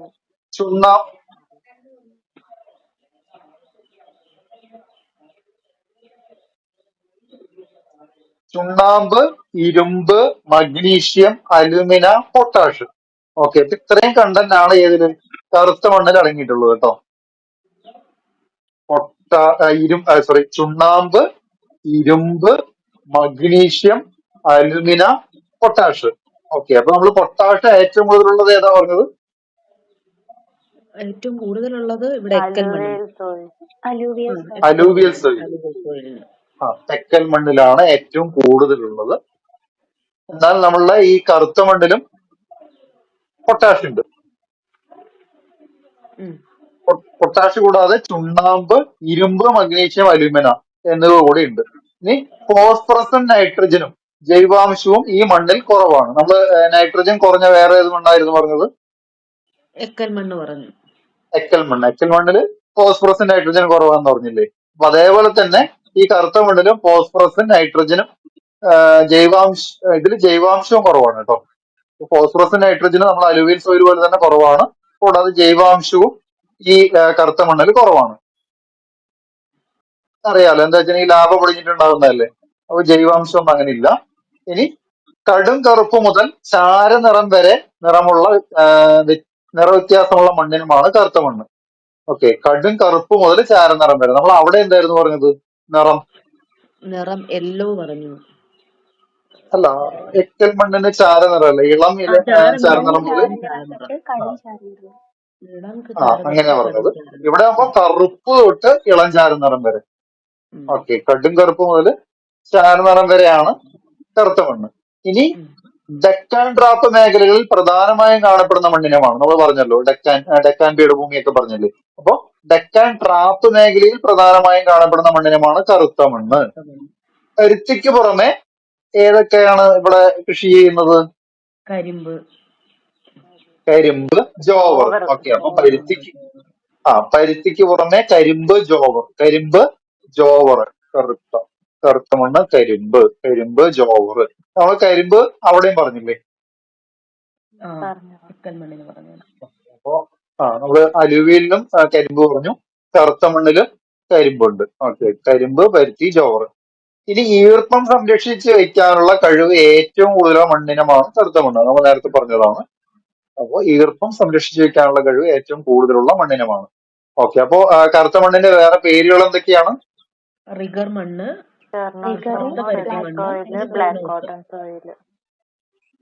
ഓക്കെ, ചെർണോസ് അല്ലേ. ഏത് ശിലകൾക്ക് അപക്ഷയം സംഭവിച്ചിട്ടാണ്?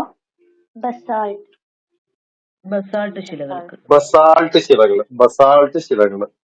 ഓക്കെ, ഇനി ഈ ഒരു മണ്ണിന്റെ നമ്മളൊരു പ്രത്യേകത പറഞ്ഞില്ലേ, നനയുമ്പോ കുതിർന്നു, അതേപോലെ തന്നെ ചൂടടിക്കുമ്പോ എന്താണ്, താഴ്ന്നു പോകുന്നു. ഇങ്ങനെ എന്താ ഇതിന്റെ പേര് എന്താ പറഞ്ഞത്? സ്വയം ഉഴുതുമറിക്കൽ പ്രക്രിയ, സെൽഫ് ഫ്ലഫിങ്. ഓക്കെ, ഇനി ഇതിലടങ്ങിയിട്ടുള്ള ധാതുക്കൾ ഏതാ പറഞ്ഞത്?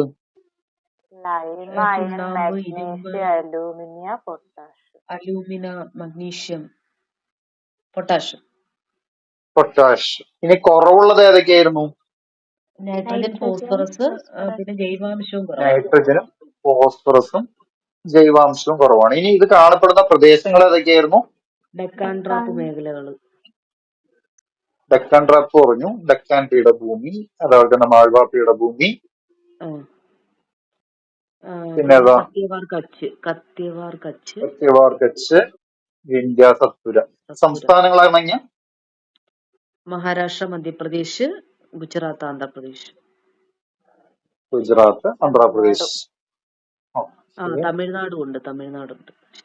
തമിഴ്നാടുണ്ട്.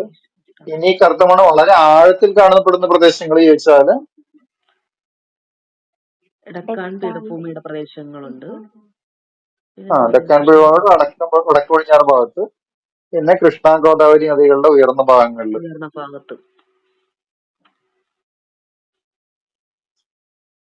ഓക്കെ, ഇനി അടുത്തത് ചുവന്ന മണ്ണും മഞ്ഞ മണ്ണും. വായിക്കട്ടെ.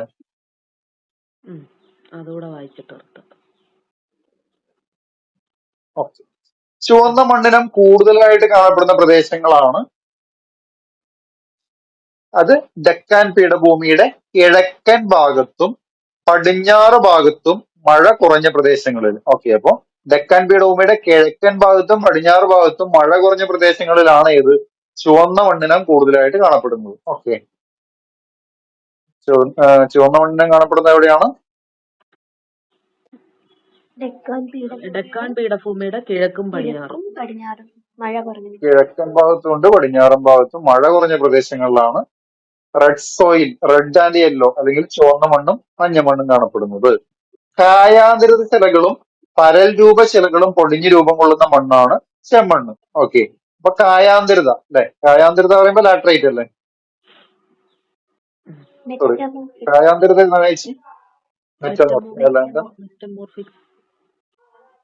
മെറ്റമോർഫിക് ആണല്ലേ. മെറ്റമോർഫോസിസ്. അപ്പൊ കായാന്തരിത ശിലകളും പരൽ രൂപ ശിലകളും പൊടിഞ്ഞു രൂപം കൊള്ളുന്ന മണ്ണാണ് ചെമ്മണ്ണ്. ചെമ്മണ്ണിന്റെ ചുവപ്പ് നിറത്തിന് കാരണം എന്താ?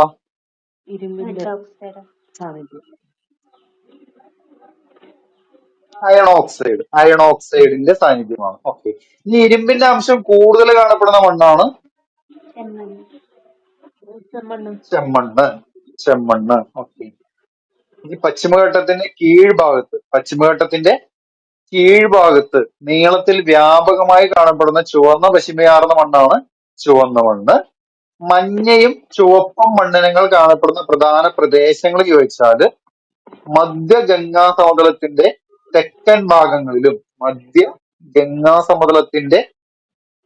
തെക്കൻ ഭാഗങ്ങളിലും ഛത്തീസ്ഗഡ് ഒഡീഷയുടെ ഭാഗങ്ങളിലുമാണ്. ഓക്കെ. അപ്പൊ മഞ്ഞയും ചുവപ്പും മണ്ണിനങ്ങൾ കാണപ്പെടുന്ന പ്രധാന ഭാഗം ചോദിച്ചാല് നമ്മുടെ മധ്യ ഗംഗാ സമതലമില്ലേ, ഗംഗാ സമതലത്തിന്റെ മധ്യം, അതിന്റെ തെക്കൻ ഭാഗങ്ങളിലും ഛത്തീസ്ഗഡ് ഒഡീഷയുടെ ഭാഗങ്ങളിലുമാണ്.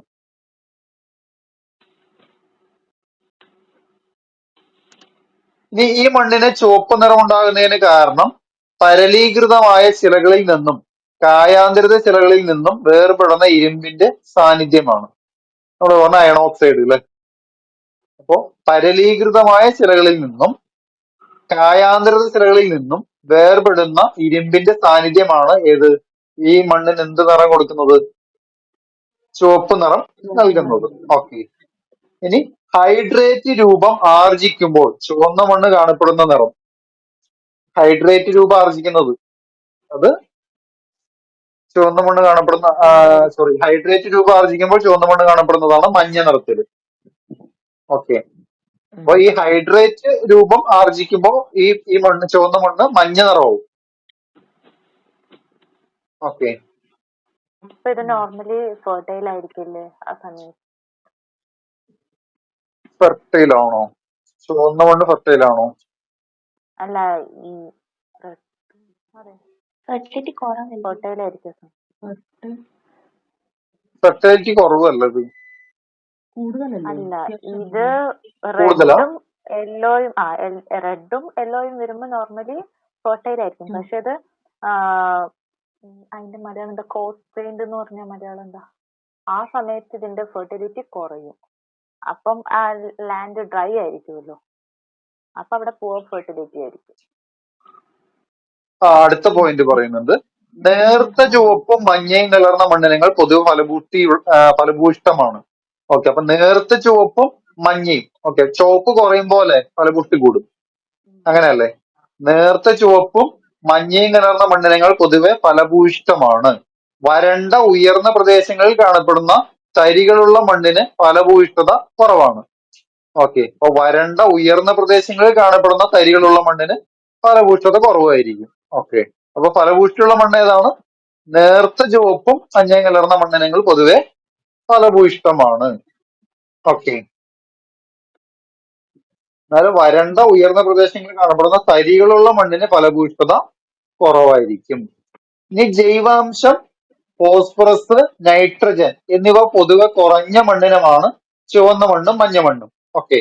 അപ്പൊ നമ്മള് ഫോസ്ഫറസും നൈട്രജനും, അപ്പൊ ഇതിലും ഫോസ്ഫറസും നൈട്രജനും കുറവാണ്. ഓക്കെ. അപ്പൊ നമ്മൾ ഏതിലൊക്കെ ഇപ്പൊ ഫോസ്ഫറസും നൈട്രജനും കുറവാന്ന് പറഞ്ഞു? ബ്ലാക്ക് സോയിലും പറഞ്ഞു, അലുവയിലും പറഞ്ഞു, എല്ലാത്തിലും അലുവയിലും പറഞ്ഞു, ബ്ലാക്ക് സോയിലും പറഞ്ഞു. ഇതിലും ഈ പറഞ്ഞ ജൈവാംശമായാലും ഫോസ്ഫറസും നൈട്രജനും കുറവാണ്. അപ്പൊ ഈ മൂന്ന് മണ്ണിലും ഏകദേശം ഈ മൂന്ന് സാധനവും കുറവ് തന്നെയാണ്. ഓക്കെ. ഇനി ചെമ്മണ്ണിന് താരതമ്യേന ഫലപുഷ്ടി കുറവാണ്. ഓക്കെ. മഞ്ഞ നിറം കയറുമ്പോ ഫലപുഷ്ടിയാവും, എന്നാൽ താരതമ്യേന ചെമ്മണ്ണിന്റെ എന്താണ് ഫലപുഷ്ടി കുറവാണ്. ചെമ്മണ്ണ് പ്രധാനമായും കാണപ്പെടുന്ന സംസ്ഥാനങ്ങളാണ് നമ്മൾ നേരത്തെ പറഞ്ഞ പ്രദേശങ്ങളില്ലേ, ഗംഗയുടെ തെക്ക് ഭാഗം എന്ന് പറഞ്ഞത്. എന്നിട്ട് ഏതൊക്കെ സംസ്ഥാനങ്ങളാണ് പറഞ്ഞത്? കർണാടക, ഛത്തീസ്ഗഡ് ഒഡീഷ അല്ലേ? ഛത്തീസ്ഗഡ് ഒഡീഷ പറഞ്ഞില്ലേ? ഛത്തീസ്ഗഡ് ഒഡീഷ, പിന്നെ തമിഴ്നാട്, കർണാടക, ആന്ധ്ര, മഹാരാഷ്ട്ര. ഓക്കെ. അപ്പൊ ചെമ്മണ്ണ് പ്രധാനമായും കാണപ്പെടുന്ന സംസ്ഥാനങ്ങളാണ് തമിഴ്നാട്, കർണാടക, ആന്ധ്ര, പിന്നെ മഹാരാഷ്ട്ര, ഛത്തീസ്ഗഡ്, ഒഡീഷ. ഓക്കെ, ഏതൊക്കെയായിരുന്നു? ഛത്തീസ്ഗഡ്, ഒഡീഷ, മഹാരാഷ്ട്ര, തമിഴ്നാട്, കർണാടക, ആന്ധ്രാപ്രദേശ്. ഓക്കെ, അപ്പൊ ഇത്രയും സംസ്ഥാനങ്ങളിലാണ് പ്രധാനമായിട്ട് ഈ ചെമ്മണ്ണ് കാണപ്പെടുന്നത്.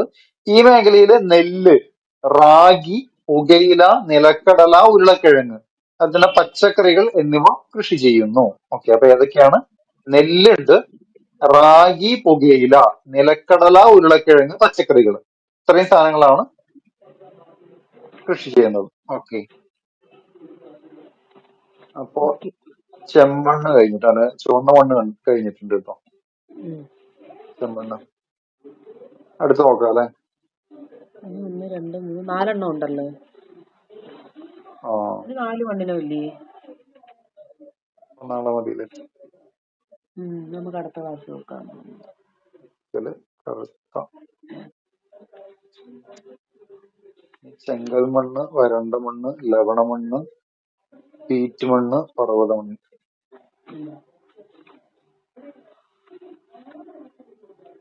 അപ്പൊ ഇനി എന്താ?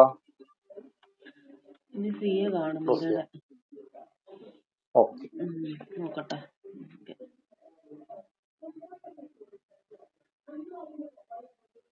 ചോദിക്കുന്നു ഒന്നൂടെ.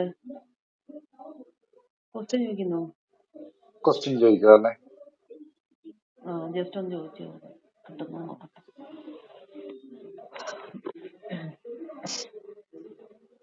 അപ്പൊ നമ്മള്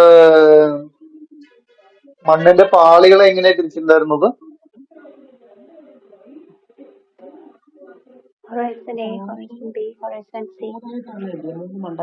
ഹൊറിസൺ A, horizon B, horizon C, അല്ലെങ്കിൽ മണ്ഡലം എ, മണ്ഡലം ബി, മണ്ഡലം സി. ഓക്കെ, അപ്പൊ ഈ മണ്ണ് രൂപം കൊള്ളുന്നത് എങ്ങനെയാണെന്ന് പറഞ്ഞത്? മാതൃശില പൊടിഞ്ഞിട്ട്, അല്ലെങ്കിൽ ബെഡ് റോക്ക്, അല്ലെങ്കിൽ എന്താണ് പാരന്റ് റോക്ക്. ഓക്കെ, അപ്പൊ ഈ പാരന്റ് റോക്കിനോട് ചേർന്ന് കാണപ്പെടുന്ന മണ്ഡലം ഏതാ?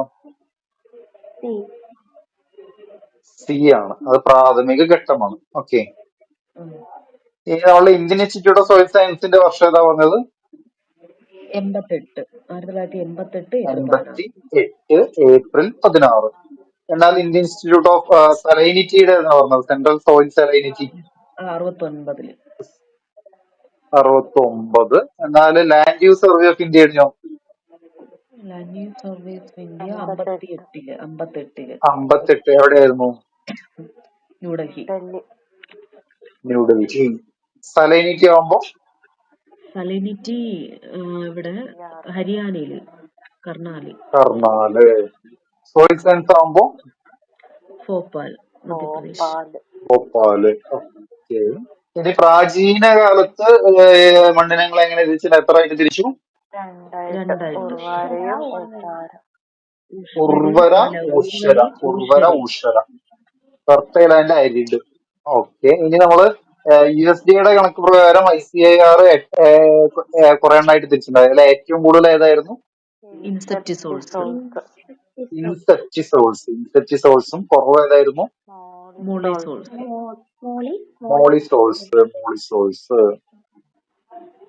ഓക്കെ, ഇനി എക്കൽ മണ്ണ് ഏതെന്നാണ് എങ്ങനെയാണ് രൂപം കൊള്ളുന്നത്?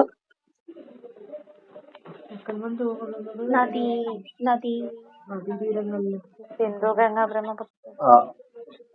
നദികളുടെ ഒഴുക്കിന്റെ ഫലമായിട്ട് അവശിഷ്ടം നിക്ഷേപഫലമായി രൂപം കൊള്ളുന്ന മണ്ണിനമാണ്. ഇത് ഏറ്റവും കൂടുതൽ കാണപ്പെടുന്ന മേഖല ഏതൊക്കെയാ പറഞ്ഞത്?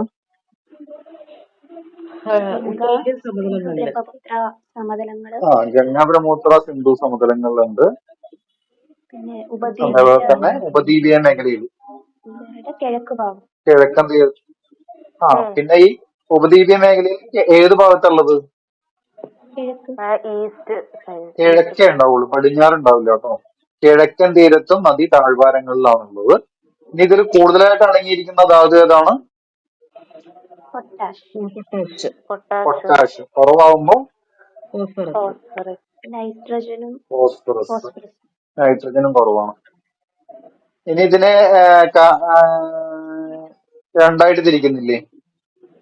ഫാദറും ബങ്കറും. ഖാദറും ബങ്കറും. ഖാദറും ബങ്കറും. ഓക്കെ.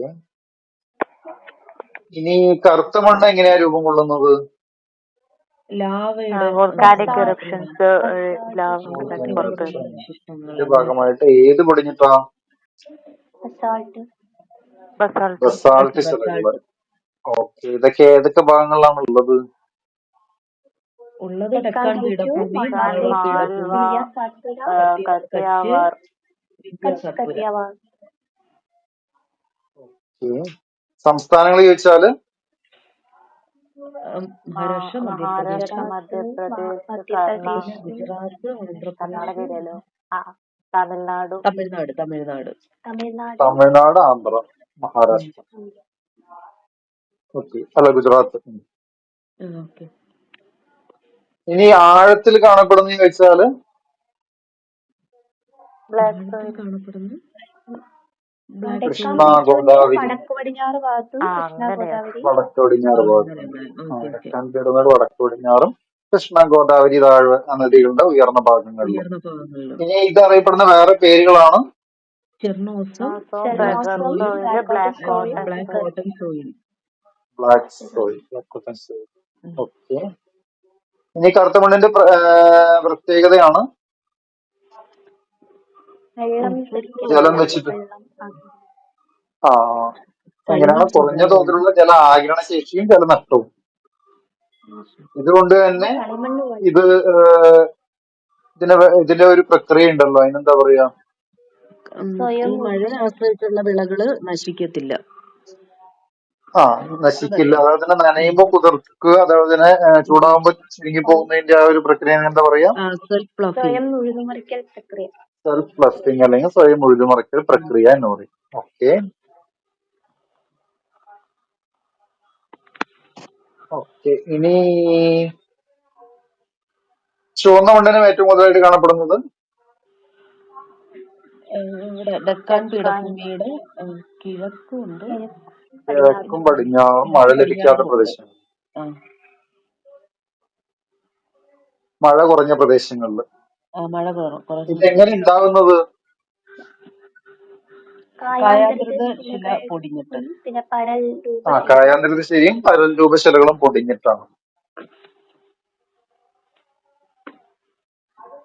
ഓക്കെ. ഇനി ഇതിന് നമ്മള് ഹൈഡ്രേറ്റ് രൂപം ആർജിക്കുമ്പോൾ ചുവന്ന മണ്ണ് കാണപ്പെടുന്ന നിറം മഞ്ഞ. മഞ്ഞ നിറവും. അതേപോലെ തന്നെ നേരത്തെ ചുവപ്പും മഞ്ഞയും കലർന്ന മണ്ണിനങ്ങൾ ഫലഭൂഷ്ടി ഉള്ളതാണ്. പിന്നെന്താ? പിന്നെ ചെമ്മണ്ണ് പ്രധാനമായിട്ട് കാണപ്പെടുന്ന സംസ്ഥാനങ്ങൾ ചോദിച്ചാല് തമിഴ്നാട്, തമിഴ്നാട്, ആന്ധ്രാപ്രദേശ്, ഛത്തീസ്ഗഡ്, മഹാരാഷ്ട്ര, ഛത്തീസ്ഗഡ്, ഒഡീഷ, ഛത്തീസ്ഗഡ്, ഒഡീഷ, മഹാരാഷ്ട്ര. മഹാരാഷ്ട്രയിൽ ഉണ്ട് അല്ലേ? മഹാരാഷ്ട്ര 6 ഉണ്ടല്ലേ? 6 ഓക്കെ. അപ്പോൾ ഇത് കഴിഞ്ഞിട്ടുണ്ട്. ഈ മഹാരാഷ്ട്രയില് ഈ 3 പ്രദേശം നമ്മള് ഇത് പറഞ്ഞതും മഹാരാഷ്ട്രയിലുണ്ട്. എന്തൊക്കെ കൃഷി ചെയ്യുന്നു എന്നുള്ളത്? എക്കൽ മണ്ണില് കൃഷി ചെയ്യുന്നത് ചെമ്മണ്ണിലല്ലേ? ചെമ്മണ്ണില് പ്രധാനമായിട്ട് ചെമ്മണ്ണിലാണോ? അല്ല, എക്കൽ മണ്ണില് നെല്ല്, ഗോതമ്പ്, കരിമ്പ് അല്ലേ? നെല്ല്, ഗോതമ്പ്, കരിമ്പ്, ധാന്യവിളകള്. കറുത്ത മണ്ണില് പരുത്തി, കരിമ്പ്, ജോവർ. പരുത്തി, കരിമ്പ്, ജോവർ.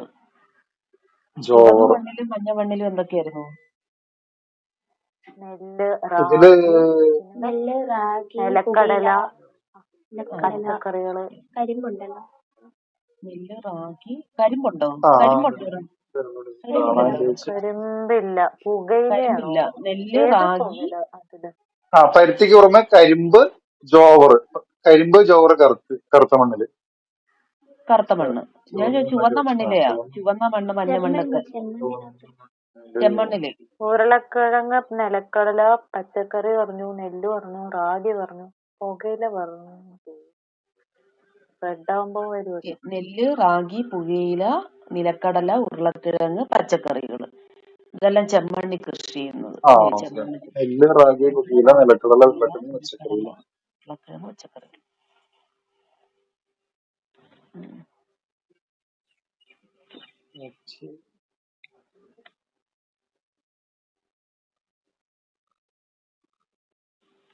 ഓക്കെ മണ്ണ് അല്ലേ? ബാക്കി നമുക്ക് നാളെ പഠിക്കാം. ഓക്കെ ആണ്. ഓക്കെ.